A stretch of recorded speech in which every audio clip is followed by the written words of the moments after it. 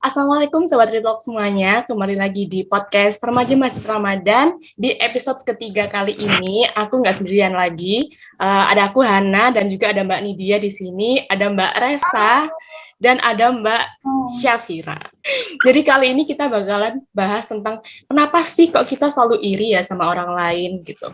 Kira-kira dari Mbak-Mbak ini tuh apa sih triggernya gitu? Kenapa kok tiba-tiba kita ngerasa iri? Mungkin dari Mbak Nidia dulu. Biasanya semua tuh berawal dari sosial media sih, menurut pengalaman pribadiku. Karena kan orang kan ngelihat di real life kan kayak ya udah, ya kayak dia biasanya gitu. Cuman kalau di sosmed kan kita bisa nyeting gitu kan. Karena kalau di sosial media itu kayaknya yang di-share itu cuma kehidupan yang bahagia-bahagianya aja gitu loh. Jadi kesannya kalau misalnya orang lain lihat, hidupku tuh kayak nggak pernah sedih. Begitupun dengan orang lain kayaknya juga sama nggak sih? Jadinya Iya dong. kayaknya kayak kok dia enak ya, kayak nggak pernah hidupnya kayak nggak pernah susah gitu. Padahal sebenarnya kita nggak tahu loh Iya. di balik itu tuh apa yang sedang terjadi. Sebenarnya kalau aku sih ya, aku ngeblank. lanjut kerasa. Oke. Misal dia jalan-jalan terus nih, ya udah kita bakal ngelihat wah enak ya dia jalan-jalan terus gitu. Padahal di balik itu kita nggak tahu gimana dia susahnya, tiba-tiba ternyata waktu jalan-jalan dompetnya hilang atau apa, itu nggak tahu. Jadi menurutku itu sebuah cara buat bisa jadi sebuah cara untuk mengurangi rasa iri tersebut sih. Selalu beranggapan kalau Instagram itu cuma yang apa sih media untuk men-share hal-hal yang baik-baik aja gitu. Sosmed itu membuat kita mikir kayak enak yo. Padahal kan kalau di sosmed itu kan nggak mungkin kan kita kayak atau gitu. apa mulu di story gitu kan kayak nggak mungkin kan. Yang paling men-trigger ini sih, kalau misalnya orang nge-share pencapaiannya di Nah, Instagram. itu dia. Pas awal-awal jadi maba, kan semua kayak pada share tuh Ibon. Misal waktu itu aku nggak keterima SBM nih, itu benar-benar nggak mau sih buka IG. Sama ini nggak Itu sih, sekarang nih, sekarang ini kan teman-temanku banyak yang sembahas, sempro, proposal, seminar hasil kayak gitu. Nah itu sama kasusnya, ya bikin kita makin. Padahal kan tiap-tiap orang punya jalannya gitu ya, kayak startnya beda, mulainya tuh beda. Cuma kan kita ngelihatnya itu aja gitu. Padahal itu nggak bisa jadi patokan. Sosmed itu jadi ada standar society yang baru gitu loh. Jadi kita tuh iri itu karena kita merasa kalau kita itu nggak sama gitu loh sama standarnya orang-orang. Padahal ya Nah, kan semua orang tuh ada jalannya masing-masing yang kata Mbak Resa tadi ya kan. Standar itu nggak penting sih menurutku. Bodoh amat parah. Ya apa ya guys ya, kayak biarin ya udah, kalau mereka mau gimana ya terserah. Bagus. Sebenarnya standar itu bisa kita ciptakan sendiri. Nah, betul. Setuju banget. Kalian bilang sekarang standar orang-orang tuh gini-gini. Itu tuh sebenarnya dari mana? Kita kan ngelihat dari orang-orang, sebenarnya mereka juga men-setting diri mereka sendiri gitu loh. Jadi kayak secara otomatis jadinya terbentuk sebuah standar baru. Padahal sebenarnya ya enggak juga. Itu tergantung kita sendiri gimana caranya mengatur standar diri kita sendiri. Kalau saya ngelihat orang lain kayaknya nggak bakalan enough gitu. Dong kan manusiawi lah. Iku macet Mbak. Manusiawi. Aku mau ngomong manusiawi. Iki Sing pas manusiawi jadi manusiawi. Tapi yang menjadi permasalahan kenapa kok iri ini bisa berbahaya itu adalah kalau misalnya udah ada muncul perasaan dengki gitu nggak sih Mbak? Kayak ada yang fitnah-fitnah, itu kan bisa bermulai dari iri itu kan. Misalnya dia mencapai ini, perusahaannya bagus, terus hanya oke aku fitnah, perusahaannya gini-gini loh, padahal itu nggak benar, cuman buat menjatuhkan. Kadang-kadang kan ada yang kayak gitu nggak sih Mbak? Keirian kita itu semakin ter-trigger kalau kita dibanding-bandingin kadang-kadang. Mungkin ada pengalaman gitu. Aku ada pengalaman sangat. Oke, Mbak SM dulu deh. Kayak literally. Aku dari TK, dari SD, SMP, SMA itu kan sekolah sama Haikal. Pokoknya dari kecil selalu aja dibanding-bandingin tuh kayak lihat itu kakak kamu apa pintar gini sedangkan aku kan kayak kebalikannya kan. Aku pernah punya pengalaman dibandingin tapi bukan kakak adik. Jadi kan aku kan masuk di MAN 3. Terus jadi ada ibunya temanku tuh yang iri gitu loh ngeliat aku tuh masuk di MAN 3. Terus tanya lah ke mamaku loh, kok bisa sih anakmu masuk MAN 3? Emang jurusannya apa? Mamaku bilang bahasa. Oh, pantesan bahasa. Terus kayak, wah, jadi kayak menjatuhkan gitu loh. Ya Mas yo meskipun iri ya, maksudnya nggak perlu lah ngomong kayak gitu. Anaknya di situ daftarnya IPA, jadi kayak nggak keterima kayak ya wajar lah ya soal. Ya iyalah kamu keterima kan kamu cuma bahasa. Gitu. Namanya juga iri. Kan iri itu ada yang bisa berdampak baik juga. Misalnya kayak orang lain nge-achieve sesuatu, terus aku yang ngelihat dia Terpacu. aku jadi terpacu buat kayak oke, aku harus usaha lebih bagus lagi. Nah, menurut Mbak ini setuju nggak sih kalau misalnya perasaan iri itu sebenarnya bisa diubah jadi suatu motivasi gitu? Misalkan. Karena emang sebenarnya tuh tergantung hatinya orang masing-masing gitu loh. Ada yang ngelihat dia mau ngomong kayak gitu. Ya, Terus ada yang ngelihat dia kayaknya biasa aja loh, ngupdate story misalnya aku udah punya ini loh, kayaknya udah biasa aja. Tapi ada mungkin orang yang kayak ih kok gitu aja di-share sih, ngapain sih gitu. Kayak jadi kesannya kita tuh nggak suka ngelihat orang lain bahagia gitu. Kadang aku juga ngerasain kayak gitu. Padahal sekecil apapun misalnya kayak dia setiap hari bisa hangout loh sama teman-temannya, dia setiap hari bisa kumpul sama keluarganya gitu misalnya. Kayak hal-hal kecil kayak gitu terus kayak kok aku nggak bisa sih kayak gitu. Jadi lebih baik kayaknya kita melakukan social media detox nggak sih? Daripada kita melihat apa yang orang lain post. Karena itu tergantung hati orang masing-masing gitu. Iya sih, benar-benar. Dan kita juga nggak bisa langsung accuse orang gitu kayak kamu ngapain sih kok ngupload gitu ya? Ya kan itu lapak-lapak dia gitu juga kan. Yang ada kita harus bisa ngontrol hati aja gimana. Ngontrol, benar. Itulah fungsinya. Seharusnya kita bisa memanfaatkan dengan baik tombol mute dan block. Jadi ya karena kita nggak bisa mengontrol orang lain, ya harusnya kita yang menghindarinya sendiri gitu. Jadi misal kita kayak, aduh dia temanku, masa aku mood sih, kadang juga takut ketahuan, kalau ketahuan gimana gitu. Nah sebenarnya itu malah menurutku nggak apa-apa gitu. Kenapa harus takut? Kan bukan berarti dengan kita nge-mute atau ngeblok orang itu kita benci sama dia gitu. Cuma kita nggak cocok. Kayak mungkin dia suka nge-share traveling di saat kita lagi pengen tapi nggak ada uang gitu. Kan itu kayak mengganggu kita gitu misalnya. Nah itu seharusnya kita memanfaatkan dengan baik tombol mute sampai dia mungkin selesai travelingnya atau apa gitu. Kenapa ya kayak yang tadi aku bilang, kenapa ya kok gitu aja diupload gitu misalnya. Padahal sebenarnya aku tuh ada cara untuk menghindari itu gitu loh, dengan nggak perlu ngomong kayak gitu, nggak perlu merasa harus orang lain yang merubah perilakunya gitu loh. Karena kan itu tadi kita nggak ada hak gitu kan ya. Jadi social detoxing itu sangat penting untuk mengurangi rasa-rasa iri dengkinya kita itu tadi. Kalau misalnya kita lagi nggak suka ngeliat statusnya siapa gitu, mute aja walaupun itu sahabat kita atau keluarga atau om tante yang nggak suka, ya udah kayak jauhin gitu loh. Itu kan sosial media kita. Jadi kita yang nentuin, bukan mereka. Atau memang kalau misalnya kita tahu kita itu irian gitu, kita introspeksi diri aja. Misalnya kita mau nge-post itu mikir dulu, kira-kira orang ngelihat postinganku nih bakal iri nggak ya? Bakalan bikin orang lain kayak merasa lebih No. Aku nggak setuju sih. Oh, Mbak Esam nggak setuju. Gimana Mbak? Aku nggak setuju sih. Gimana? Kamu sebenarnya kalau mau memposting apapun itu kamu nggak usah mikirin orang lain nih. Itu sosial mediamu ya. Jadi kan mau orang yang lihat itu kan yang dipikirin mereka tuh nggak usah kamu pikirin gitu loh. Itu kan urusan mereka. Nggak, tapi kadang kan kayak ada orang yang terlalu oversharing gitu loh. Iya. Apa-apa ngeliatin apapun lah yang kayaknya orang bakalan iri. Ya emang sengaja pamer. Nah itu ya, niatnya lagi. Beda niat kembali lagi sih. Kalau emang nggak suka ya udah, kan ada cara unfollow, block atau mute. Itulah sosial media membuat cara bagaimanapun supaya bisa gitu. Jadi ngomong apa?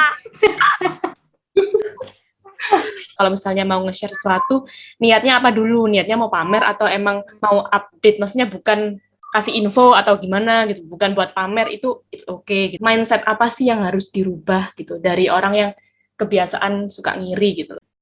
Menurutku yang paling manjur ya, kita ya gimana ya, kembali ke agama sih.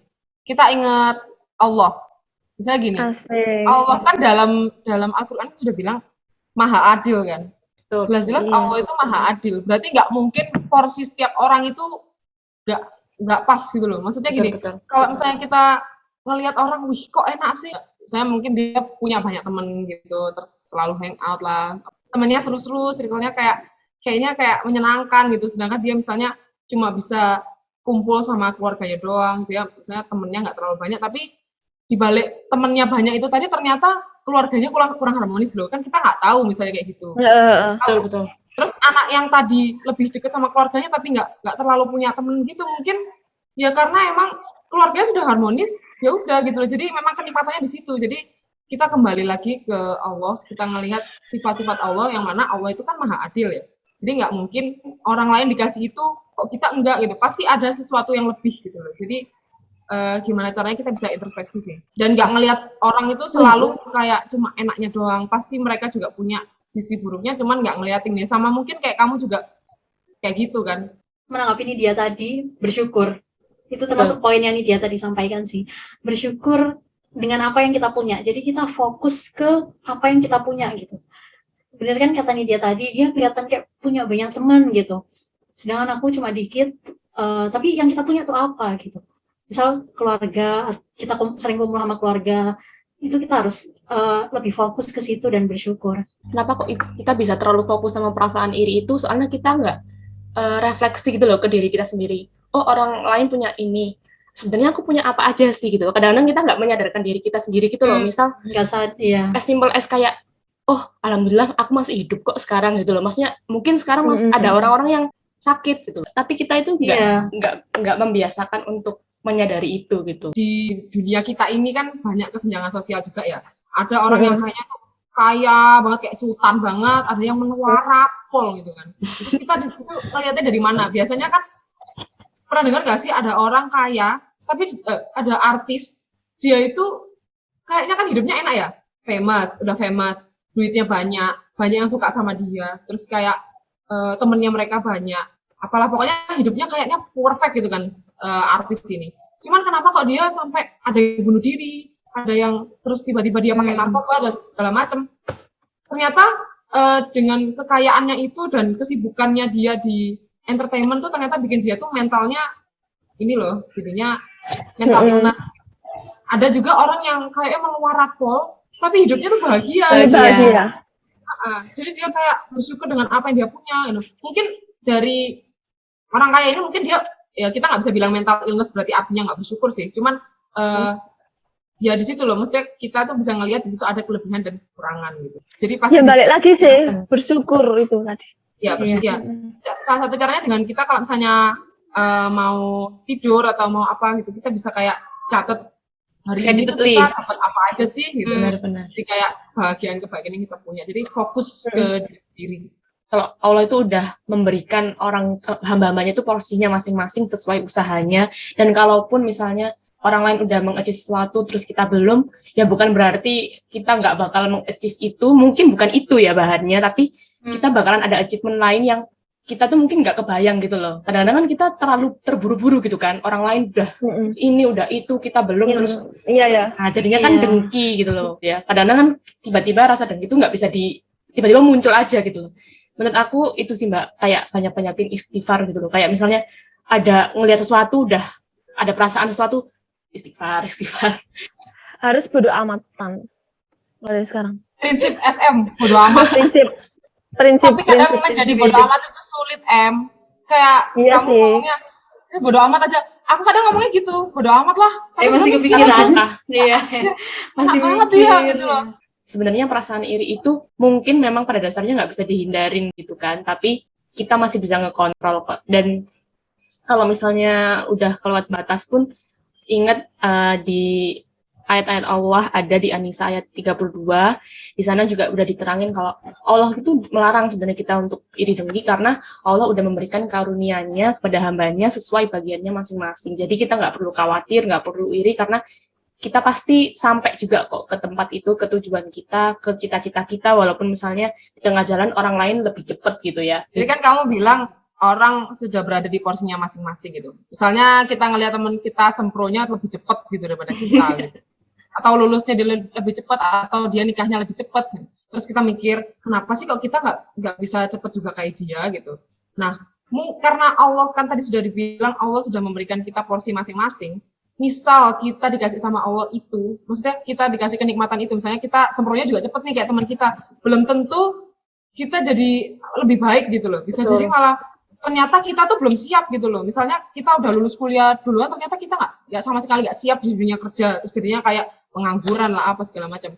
Ternyata di balik semua itu tuh ada hikmahnya gitu loh. Mungkin Benar-benar. kita ngelihatnya kayaknya kok Allah nggak adil sih sama aku gitu. Intinya Allah itu sebenarnya adil gitu loh. Cuma kita nggak tahu. Kita nggak tahu apa yang sedang terjadi. Padahal ya sebenarnya mungkin kita baru sadar 5 tahun kemudian mungkin. Soalnya pernah tuh kadang-kadang aku lupa sih kejadian apa. Pokoknya tapi pernah merasakan kayak gitu. Udah pas tahun ini soro-soro gitu ya, soro-soro. Tahun ini kayak merasa menderita banget. Tapi pas udah 3 tahun kemudian kayak oh, jadi maksudnya aku dulu dikasih ini tuh, ini toh, gitu loh. Aku jadi langsung keinget quotes, tau gak sih quotes yang kayak our plan tuh segini, tapi Allah plan tuh lebih Benar-benar. Aku percaya kalau misalnya kita tuh lagi apa ya kayak susah, terus nanti pasti sama Allah tuh kayak diganti gitu loh. Betul. Diganti ada bahagia. Misalnya kita kalah lomba atau apa gitu kan ya. Kalah lomba nih hari ini, tapi nggak tahu besok kita bisa dapat kenikmatan apa, kayak kebahagiaan apa yang nggak tertentu gitu loh. Itu kayak sebenarnya udah ada porsinya sih. Ini dia share pengalamanmu.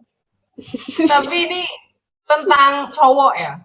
Jadi Iya, dulu oke, itu ya. ceritanya pernah deket sama cowok gitu kan. Ya, Kayaknya terus udah, wah ini sih kayak gitu kan awalnya. Tapi ini tentang rencana Allah gitu ya.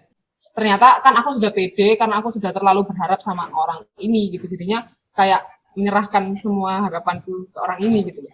Ternyata di tengah-tengah perjalanan di ghosting gitu loh. Dan aku di situ pertamanya sedih. Ya Allah kok ya Allah kok kayak gitu sih? Kok jahat banget sih gitu kan. Kan aku di ghosting karena dia sudah sama cewek yang baru gitu kan. Ternyata hubungan dia sama cewek yang baru itu ternyata kayak terlalu diumbar-umbar, terus kayak harus setiap hari ketemu, terus harus yang kayak keep in touch, bener-bener yang kayak harus pegang-pegang lah segala macem. Bucin parah lah ternyata. aku juga ada sih sebenarnya. Habisin. Bentar. Iya, habisin Ya, kamu. pada saat itu aku memang sedih. Tapi pas beberapa tahun setelah aku tahu, oh kayak gini. Mungkin kalau misalnya dulu aku mau sama dia kayak terus-terusan, pasti aku bakalan jadi lebih buruk lagi gitu loh. Mungkin aku awalnya iri kayak, wah kenapa sih orang-orang bisa gitu. Sedangkan aku nggak pernah bisa kayak gitu loh. Setelah kita lihat ke depannya, oh gini ternyata. Oke, terima kasih ya Allah. Aku jadi bersyukur seperti itu. Sumpah aku ada kejadian sama kayak kamu sih, Nyit. Jadi aku tuh dulu SMA tuh suka sama anak kan. Udah, terus dia tuh tiba-tiba sama anak lain, anak kelas lain kan. Udah, habis itu aku kayak literally ini kayak bener-bener cemburu parah wis ya ininya gitu. Terus sampai baru aku tahu sekarang udah lulus SMA, aku tahu ternyata pacaran mereka tuh nggak bener. Terus aku kayak ya Allah aku terima kasih sama ya Allah kayak Dijauhkan gitu nggak sih, bener-bener Mbak? kayak dijauhkan sama lelaki yang kayak kurang ajar kayak gitu, bener-bener kayak ya Allah terima kasih ya Allah. Oh my god, ternyata ini atasan Allah tuh kayak bener-bener baik banget gitu loh kayak. Aduh, nangis Mbak. Biar nambah rating nggak bercanda. itu bisa dijadiin Kayak kayak clickbait ya. Ya, oke. Kayaknya mungkin itu musibah buat kita ternyata. Di depannya Ternyata ada hal baik. keindahan. Meskipun kalau kita misalnya dapat bencana itu ternyata kita lagi dihindarkan sama Allah dari Sama Allah. bencana yang Iya, kita benar. lagi. Betul. Mungkin itu aja teman-teman untuk episode 3 kali ini tentang kenapa sih kok kita selalu iri sama orang lain. Mungkin nanti ditunggu terus podcast episode selanjutnya di Retalk. Jangan lupa subscribe di YouTube kita Remaja Masjid Ramadan karena bakalan update episode-episode selanjutnya. Dan mungkin kalau misalnya kalian pengen request topik, boleh juga langsung request aja di kolom komen. Jangan lupa subscribe. Komen di sini guys. Betul. Jangan lupa subscribe dan dengerin terus episode selanjutnya di podcast Retalk Remaja Masjid Ramadan Araya. Terima kasih teman-teman semuanya. Wassalamualaikum warahmatullahi wabarakatuh. Waalaikumsalam.